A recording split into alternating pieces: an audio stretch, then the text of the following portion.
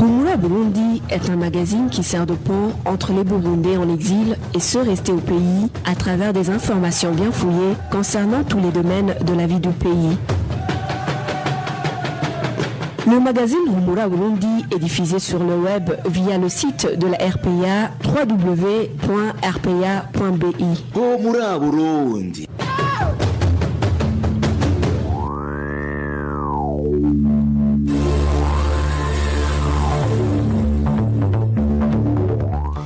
Bonsoir et bienvenue, mesdames et messieurs, à ce rendez-vous d'information de ce lundi 3 février 2020, dont voici les titres. Plus de 5 millions d'électeurs sont attendus pour les élections de 2020. Résultat définitif présenté ce lundi par la Commission électorale nationale indépendante CENI. Page économie, plus d'une centaine de commerçants grossistes accusés de spéculation viennent d'être rayés de la liste des distributeurs du cycle de la SESUMO. L'ambassade de la République populaire de Chine au Burundi alerte aux étudiants et hommes d'affaires burundais d'arrêter momentanément leur voyage vers la Chine. Voilà pour le sommaire. Onésime Dushimagida, la présentation, la mise en onde est assurée par Messi Nyongeko ainsi qu'avec Emile Nibasumba pour la transmission en direct sur la page Facebook de la RPA.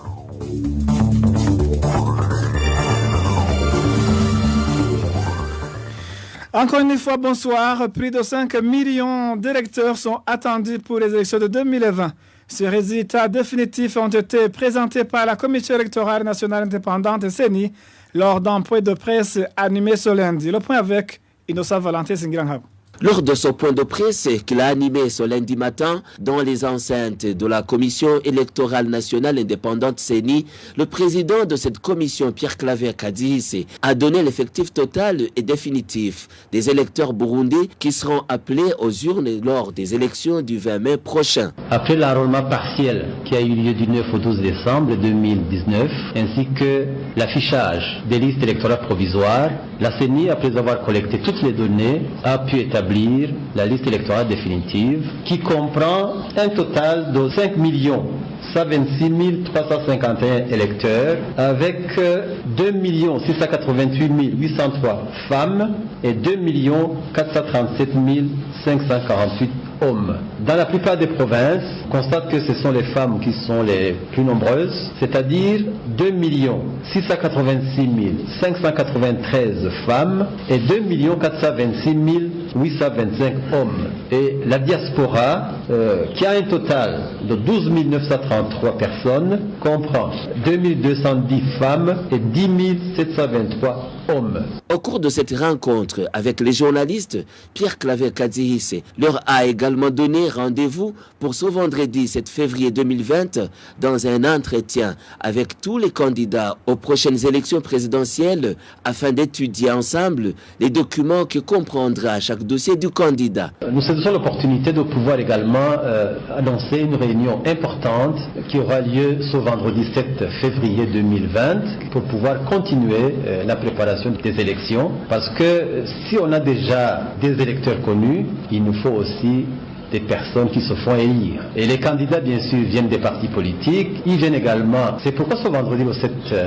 février, nous invitons les partis politiques à venir participer dans cette réunion, où nous allons discuter tout d'abord du dossier de candidature aux différentes élections, mais également, au cours de la discussion, on va parler des insignes qu'ils vont pouvoir présenter au moment de pouvoir, n'est-ce pas, confectionner les bulletins de vote.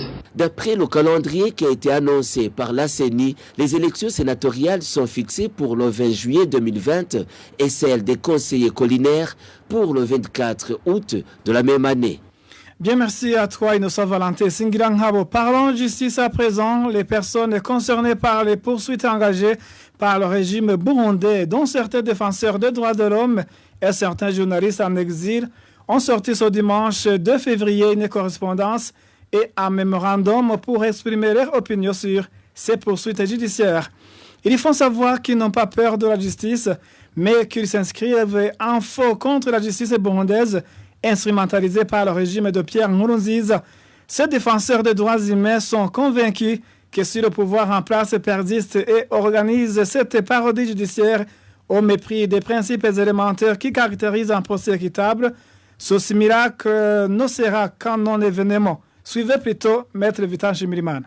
Les personnes concernées par les poursuites n'ont pas peur de la justice, mais c'est un sujet contre la justice burundaise qui est instrumentalisé par le régime pour réprimer les opposants au troisième mandat de Pierre Nkurunziza depuis 2015. Ceci s'est traduit par plusieurs actes, par plusieurs faits. En témoigne l'expoliation des biens, la radiation des avocats et des associations des droits humains, l'interdiction de travail de plusieurs groupes sociaux sur le territoire national, mais aussi l'exil des centaines de milliers de Burundais, y compris les défenseurs des droits humains, que sont les journalistes, les défenseurs des droits humains et les opposants politiques.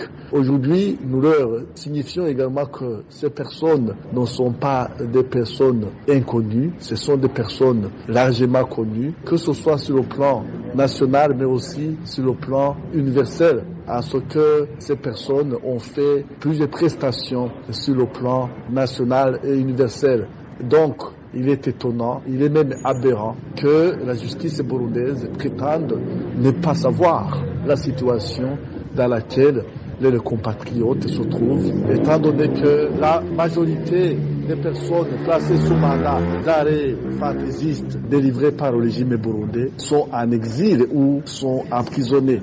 Aujourd'hui, on ne saurait nous prêter d'avoir participé au prétendu coup d'État de mai 2015, étant donné que ceux-là qui ont participé à une action pareille l'ont assumé en justice et sont en instance de jugement. Donc, nous savons que tout a été préparé pour condamner ces défenseurs des droits humains, mais nous disons également que nous croyons à la justice, que tôt ou tard, ces décisions iniques seront revues, que ce soit sur le plan national ou du moins sur le plan international. Retrouvez les différentes productions de la RPA sur Facebook, YouTube, Twitter et sur www.rpa.bi. Plus de 7 milliards de francs burundais, tel le montant alloué aux différents avantages qui seront accordés par an au président de la République qui aura terminé son mandat. Ce dimanche, le contenu d'un communiqué de presse est sorti à la fin du mois de janvier par l'Observatoire de lutte contre la corruption et la malversation économique, OLICOM. Cette organisation trouve que cette loi a été adoptée par l'Assemblée nationale sans tenir compte de la réalité économique du pays. Le point avec Emmanuel Nyungeko. Dans un communiqué du 27 janvier 2020, l'Observatoire de lutte contre la corruption et les malversations économiques trouve exorbitant le montant estimé à plus de 7 milliards par an destiné au président de la République qui aura terminé son mandat. Gabriel Rufyiri, président de l'OLICOM, dit que cela est une honte pour un pays classé parmi les plus pauvres. Je viens de faire des calculs par rapport aux avantages qui viennent d'être votés par les députés burundais, des avantages exorbitant, faramineux. Nous venons de trouver 7 milliards 203 millions 200 000 de francs comme avantages qui seront donnés chaque année à un ancien chef d'État burundais. Le président de l'OLICOM donne l'exemple des frais destinés à la location unique et pour l'achat des véhicules. Dans la loi votée par les députés, il y a 6 véhicules équivalents à 1 milliard 200 millions de francs burundais, une allocation unique de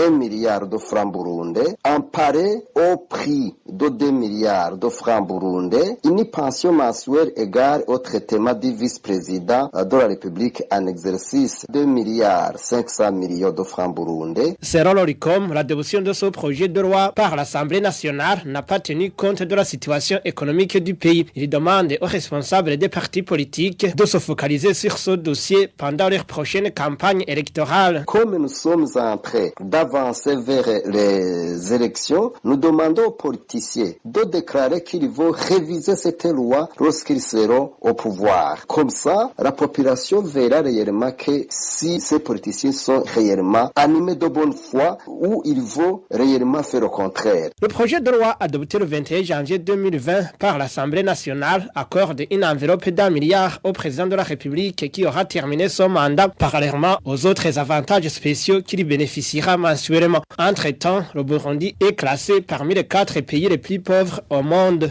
Merci à toi aussi, Emmanuel Nyungeko. Plus d'une centaine de commerçants grossistes du cycle de la Sosimo viennent d'être interdits d'exercer cette activité par le directeur général de cette société. Au cours d'une conférence de presse animée ce lundi, Aloïse Ndaikengurukiye, patron de la Sosimo, accuse ces commerçants de spéculation. Hervé Nyuhir.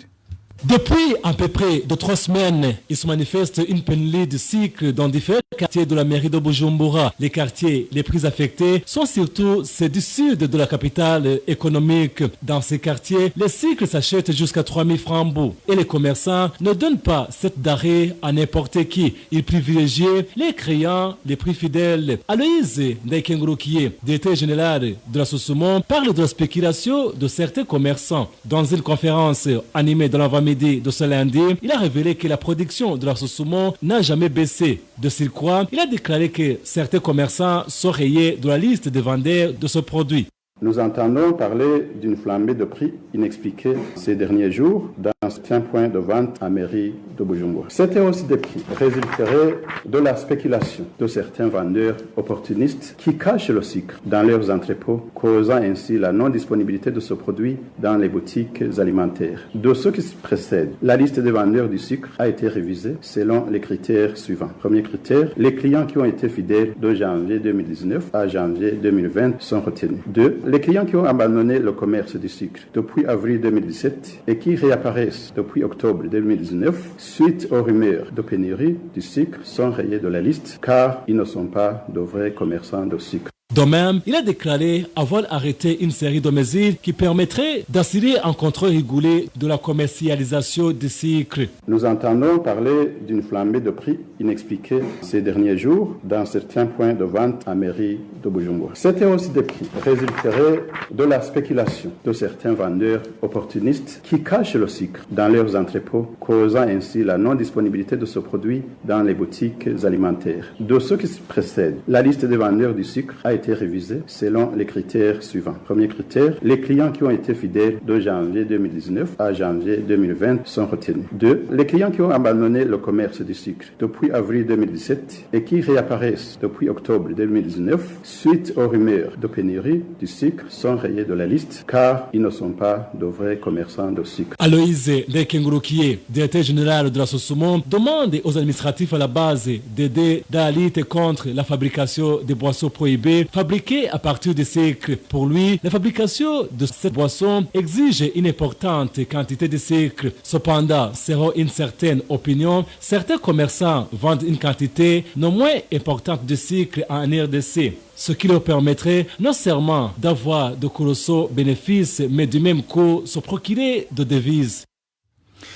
Page santé de ce journal, l'ambassade de la République populaire de Chine au Burundi alerte aux étudiants et hommes d'affaires burundais d'arrêter momentanément leur voyage vers la Chine. C'est un appel consécutif à l'évolution du coronavirus et l'ambassadeur de Chine au Burundi, Li Shangla, demande également aux Chinois qui sont en vacances en Chine d'attendre jusqu'à nouvel ordre. Marie-Ange Ilakoz. Dans sa déclaration, dévoile les stratégies de la Chine à préserver le coronavirus au Burundi. L'ambassadeur de la Chine au Burundi a sorti une demande aux Burundais qui désirent se rendre en Chine de reporter leur voyage. L'ambassadeur Li Shangli dit qu'ils seront régulièrement informés sur l'évolution de cette épidémie. Nous sommes dans une période déterminante dans la lutte contre l'épidémie. Alors nous conseillons à nos amis burundais, que ce soit des étudiants, que ce soit des hommes d'affaires désireux pour le moment de partir en Chine, je leur conseille d'attendre un peu, de reporter le déplacement en Chine. Et nous devons prendre des mesures de précaution. À leur arrivée au service consulaire, demander le visa à l'ambassade de Chine, on essaie de les persuader de ne pas partir en Chine pour le moment. Aux Chinois qui sont en vacances en Chine, Li Shangli leur demande de rester chez eux. La Chine a été frappée par l'épidémie du nouveau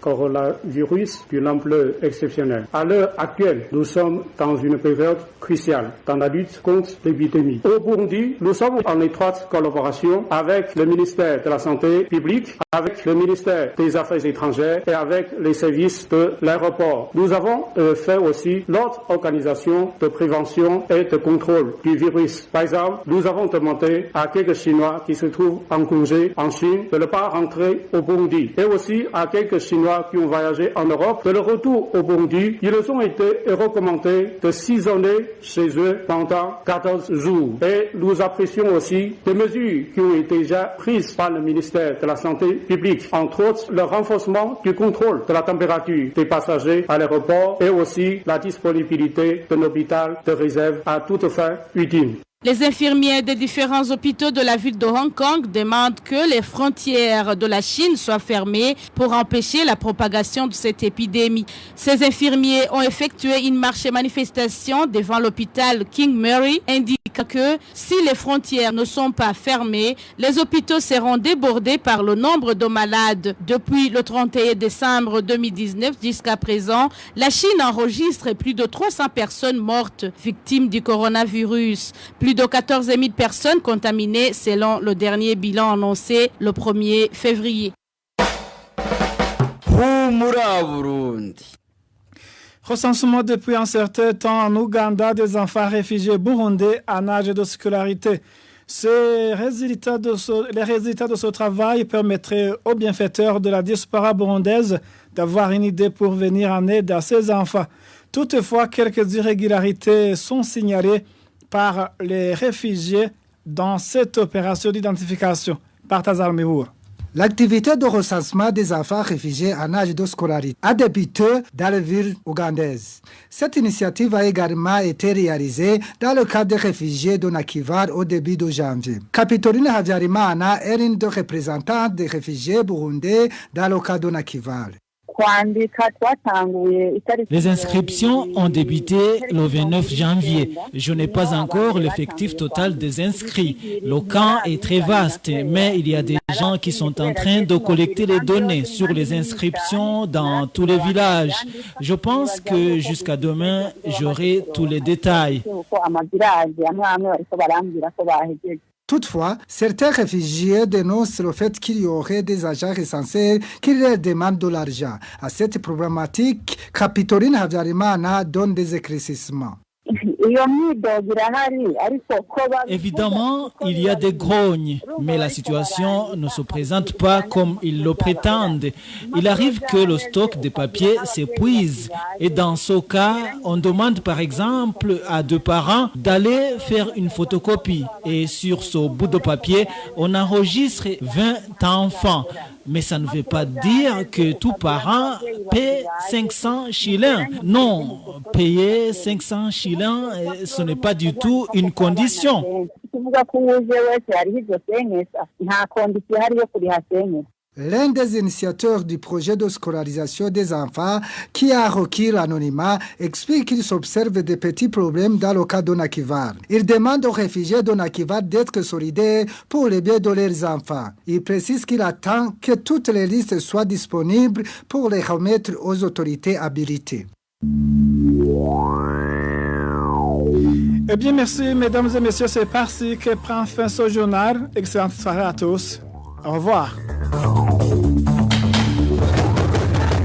C'était le magazine Rumura Burundi. Un magazine complet pour relier les Burundais en exil et ceux toujours au pays à travers une information de qualité.